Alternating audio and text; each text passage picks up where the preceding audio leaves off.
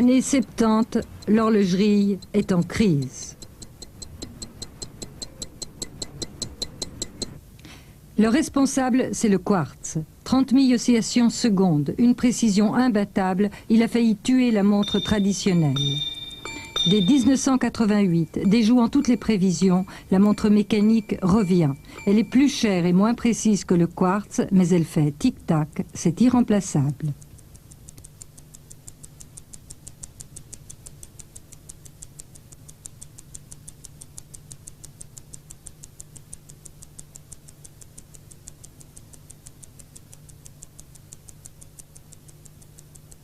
La montre mécanique, elle vit parce qu'elle a un balancier qui tourne, autrement dit, elle a une vie. Le quartz, vous voyez rien, tout est fermé dedans.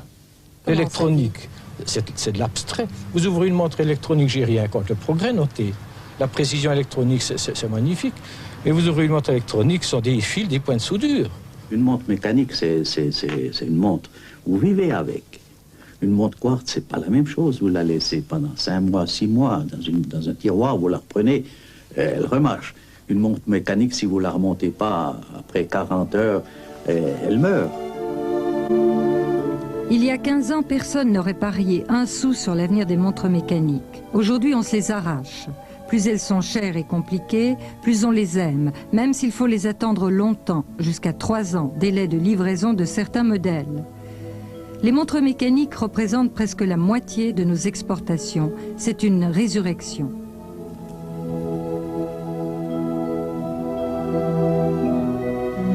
Comme toute résurrection, celle-ci tient du miracle.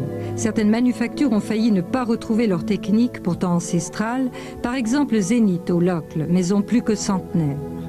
1972, la firme est vendue aux Américains qui décident de passer totalement au quartz et se débarrassent des précieux outils de production mécanique.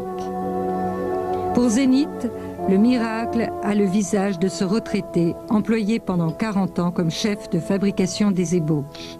Il a passionnément aimé son métier, les montres et surtout ce chronographe automatique, une création en 1969 baptisée El Primero. En 1975, on m'a donné l'ordre d'arrêter carrément la fabrication de l'El Primero. Quelle a été votre réaction? Évidemment que ça fait un choc. Vous trouviez que... Pourquoi est-ce qu'on voulait que vous arrêtiez cette fabrication? Étant sous direction américaine, c'est l'électronique qui comptait, la montre à quartz. Et il n'y avait plus aucune chance pour le chrono. Mais vous étiez convaincu à l'époque que c'était une erreur d'arrêter? Ah, on m'aurait coupé la tête. Que... J'étais sûr qu'un jour ou l'autre, le chronographe pouvait démarrer. Monsieur Vermaux est tellement sûr de lui qu'il écrit à la direction pour qu'on maintienne un petit atelier où l'outillage de El Primero serait mis en veilleuse et soigneusement conservé.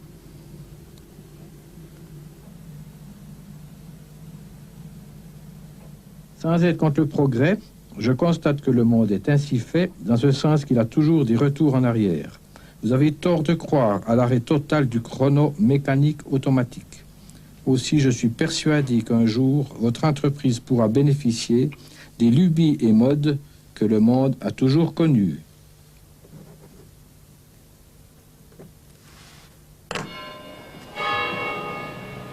En vain, la fabrique des ébauches des ponts de Martel est liquidée. Le bâtiment est repris par une entreprise alimentaire. Qu'avez-vous fait avec ce matériel, cet outillage? Bien, au départ ici des ponts de Martel, on a tout étiqueté.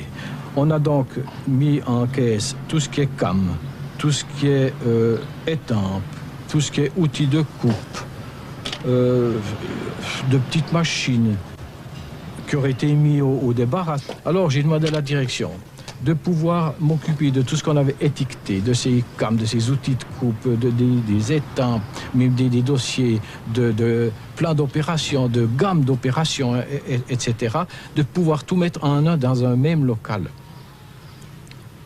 Ce qui m'a été refusé. On m'a simplement répondu que je faisais du sentiment, évidemment le petit Vermaux des ponts de Martel était un petit peu embourbé dans ses tourbières, il fallait absolument qu'il se réveille, puis se dire qu'on était dans l'ère électronique. Le matériel risque d'être vendu ou jeté. Monsieur Vermaux prend peur. Il cache ce matériel dans les galetas de l'entreprise. Quand vos collègues vous voyaient cacher le matériel, le mettre à l'abri, qu'est-ce qu'ils disaient? Eh bien, je vais vous dire une chose. Dans mes collègues très proches, plusieurs m'ont dit, mais écoute, sors ta caisse. Tu fais rire avec ton chronographe automatique et mécanique. On est dans l'ère électronique. Mais qu'est-ce que tu veux bringuer? Mais ce temps est où? C'est dépassé. Je disais, mais non, j'y crois pas. Pour ce que ça coûtera, quelques mois de mise en train, on peut le retrouver plus. Je suis presque certain que l'entreprise le retrouverait plus tard. Inébranlable, M. Vermaux va au bout de son idée, seul contre tous.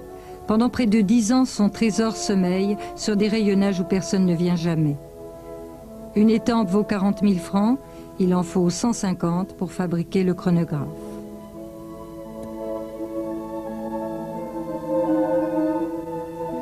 Or, un beau jour de 1984, un ingénieur au courant du sauvetage vient lui annoncer la nouvelle. Alors là, quand M. Gerber est venu vers moi me demander si on pouvait ensemble retrouver, ressortir tous les outillages et voir la possibilité de remettre en route, alors j'ai dit alors avec plaisir. Vous étiez heureux? Alors oui, là j'étais son...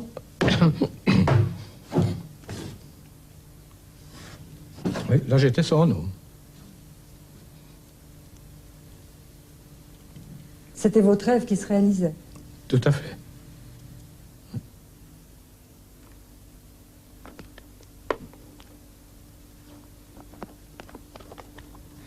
Un rêve étayé par un solide travail. Non content d'avoir rangé et étiqueté l'outillage, le minutieux chef de fabrication a consigné dans un classeur toutes les indications utiles à sa remise en marche. Et la nouvelle direction vous a récompensé? Oui, tout à fait, alors. Voilà aussi une belle pièce qui me fait un énorme plaisir. C'est le El Primero, là? Oui, mais la dernière exécution, donc. Et puis, avec mon épouse, on a été invités à un bon repas.